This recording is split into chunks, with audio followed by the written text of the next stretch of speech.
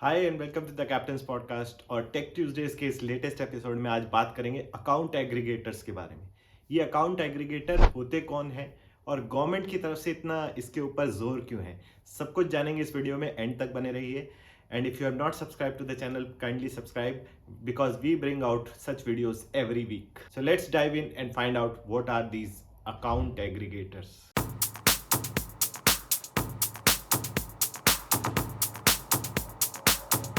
तो account aggregators का जो फ्रेमवर्क है बहुत ही सिंपल है। आपका जो डिजिटल फाइनेंशियल फुटप्रिंट है वो हर जगह है। मतलब आपका सेविंग अकाउंट मान लीजिए HDFC बैंक में, म्यूचुअल फंड अकाउंट आपका जीरोधा या किसी उसमें आपके SBI म्यूचुअल फंड में है, इंश्योरेंस आपका LIC से है। तो ये सारी जो आपके फैला हुआ है ट्रांजैक्शंस, इन सबको ये एग्रीगेट करता है।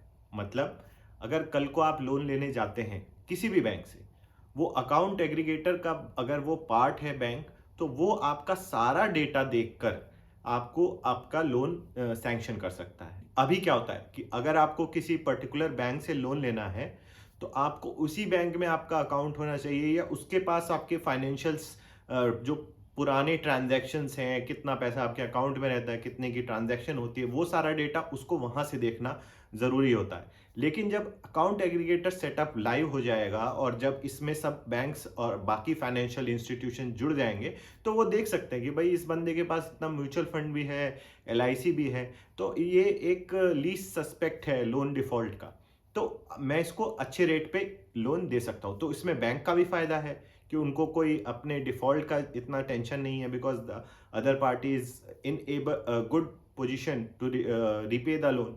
और आपका भी फायदा है क्योंकि आपको सस्ते इंटरेस्ट रेट पे लोन मिल जाएगा, क्योंकि रिस्क कम है बैंक के लिए। तो ये एक फ्रेमवर्क जो है, गवर्नमेंट का बहुत जोर है इसके ऊपर। इनफैक्ट फाइनेंस मिनिस्टर ने जो पिछले हफ्ते जो पब्लिक सेक्टर बैंक है उनको फटकार भी लगाई कि भाई जल्दी जल्दी आओ तुम इस नेटवर्क पे, ताकि लोगों तक फायदा पहुंच सके। इनफैक्ट रूरल एरिया में इसका बहुत फायदा देखने को मिलेगा, बिकॉज जनरली उनके बैंक अकाउंट्स वगैरह होते नहीं हैं, और उनको अगर है भी कहीं अकाउंट तो किसी बैंक में है, और उनको लोन वगैरह की जब जरूरत होती है तो ये किसान क्रेडिट स्कीम और इन सब के थ्रू जाना पड़ता है। लेकिन जब ये डेटा उनका सिंप्लीफाई हो जाएगा तो वो अपने खुद के बैंक अकाउंट से लोन भी ले सकते हैं, और भी जो वेरियस फैसिलिटीज बैंक्स और बाकी फाइनेंशियल इंस्टीट्यूशन प्रोवाइड करते हैं वो भी एक्सेस कर सकते हैं। तो इस वजह से गवर्नमेंट का भी काफी जोर है। साथ ही साथ ऑपरेशनल एफिशिएंसी कितनी आ जाएगी आप खुद सोचिए। मतलब आपको ये फिगर आउट करने की जरूरत नहीं है अपने इधर से डॉक्यूमेंट निकालो उधर के डॉक्यूमेंट डालो, उनके पास ऑलरेडी आपका सारा डेटा होगा, और आप सिर्फ उनको परमिशन देंगे कि भाई तुम एक्सिस बैंक हो, तुम मेरा डेटा एक्सेस कर सकते हो HDFC बैंक का। तो ये आपके हाथ में एक कंट्रोल भी रहेगा, आपकी प्राइवेसी, आपकी जो इंडिविजुअल इंफॉर्मेशंस हैं वो आपके हाथ में सिक्योर रहेंगी। लेकिन साथ ही साथ आपको ये कन्वीनियंस भी मिल जाएगा कि आपको ज़्यादा मेहनत अपनी ज़िंदगी में करने की ज़रूरत नहीं पड़ेगी, और सारा जो डेटा है किसी भी फाइनेंशियल इंस्टीट्यूशन से जो भी जुड़ा हुआ है वो आपके फिंगर टिप्स पे अवेलेबल होगा यूज करने के लिए, एंड उसके बेसिस पे आप फर्दर सर्विसेज को अवेल कर पाएंगे। अब ये तो इसके फायदों की बात हो गई। एक फायदा एक्स्ट्रा ये भी हो जाता है, जैसे हम जिस फाइनेंशियल एडवाइजर्स की बात करते हैं। अब फाइनेंशियल एडवाइजर को आपको अपनी सारी इंफॉर्मेशन एग्जैक्ट देना कभी कभी मुश्किल हो जाता है, बिकॉज कुछ पैसा आपका EPF में है, कुछ आपका NPS में है, कुछ म्यूचुअल फंड में है, कुछ आपने स्कीम्स ले रखी है इंश्योरेंस की, और कुछ आपके बैंक अकाउंट्स हैं, फिक्स डिपॉजिट्स हैं। तो ये सारा डेटा जब उसको एग्रीगेट एक जगह मिल जाएगा तो वो आपको अच्छी तरह एडवाइस कर सकता है, because he has wholesale information आपके पास्ट के ट्रांजैक्शंस की, या फिर आपके जो प्रेजेंट सिचुएशन है फाइनेंशियल, जो आपकी हेल्थ है, वो बहुत अच्छी तरह गेज कर सकता है एक फाइनेंशियल एडवाइजर, और आपको सही तरह गाइड कर पाएगा। क्योंकि अगर आपका पैसा इधर उधर कहीं इन्वेस्टमेंट्स फैले हुए हैं, आपके लाइबिलिटी जितने भी लोन्स हैं उसकी इंफॉर्मेशन उसको रहेगी, तो वो अकॉर्डिंगली उसको आपको गाइड कर सकता है। तो ये तो रहे सारे फायदों की बात। नुकसान क्या है?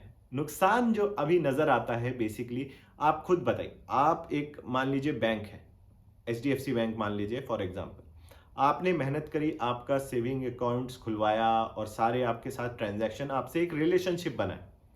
अब एक कोई दूसरा बैंक, एक्सिस बैंक, आके आपको लोन दे रहा है, जिसका फायदा HDFC बैंक को तो होगा नहीं, और बट वो इंफॉर्मेशन जो उसने मेहनत करके आपके बारे में इकट्ठा करी, आपसे रिलेशनशिप बनाया, वो सारी उसको फिंगर टिप्स पे फ्री में अवेलेबल हो जा रही है।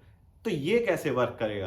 क्योंकि मेहनत करे कोई और फल ले जाए कोई, तो ऐसे भी नहीं चल पाएगा। तो इसमें एक इंसेंटिव का जो एस्पेक्ट है वो थोड़ा वर्क अपॉन अभी किया जाएगा कि अगर आपकी इंफॉर्मेशन एचडीएफसी बैंक अगर एक्सिस बैंक को दे रहा है तो वहां पे उसको क्या फायदा मिलेगा। मतलब there can be a commission और सोर्ट्स जो एक्सिस बैंक पे करेगा एचडीएफसी बैंक को, because ultimately beneficiary of loan तो वो एक्सिस बैंक होगा, क्योंकि आप लोन उससे लेंगे तो इंटरेस्ट भी उसी को भरेंगे। लेकिन आपका जो डेटा जिसके बेसिस पे लोन मिल रहा है वो दिया है दूसरे बैंक ने। तो बीच में एक इंसेंटिव का जो एस्पेक्ट है उसको वर्कआउट करना बहुत जरूरी है।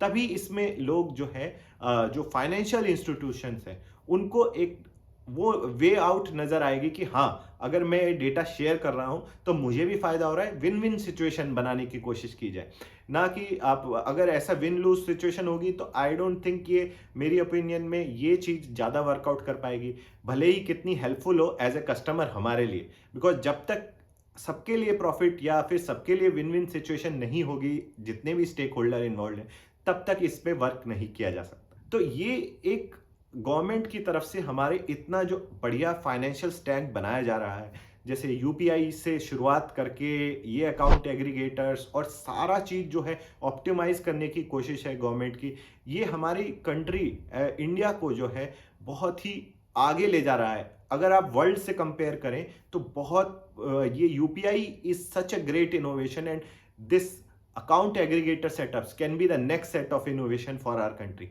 आप क्या सोचते हैं इस बारे में जरूर कमेंट करके बताएं।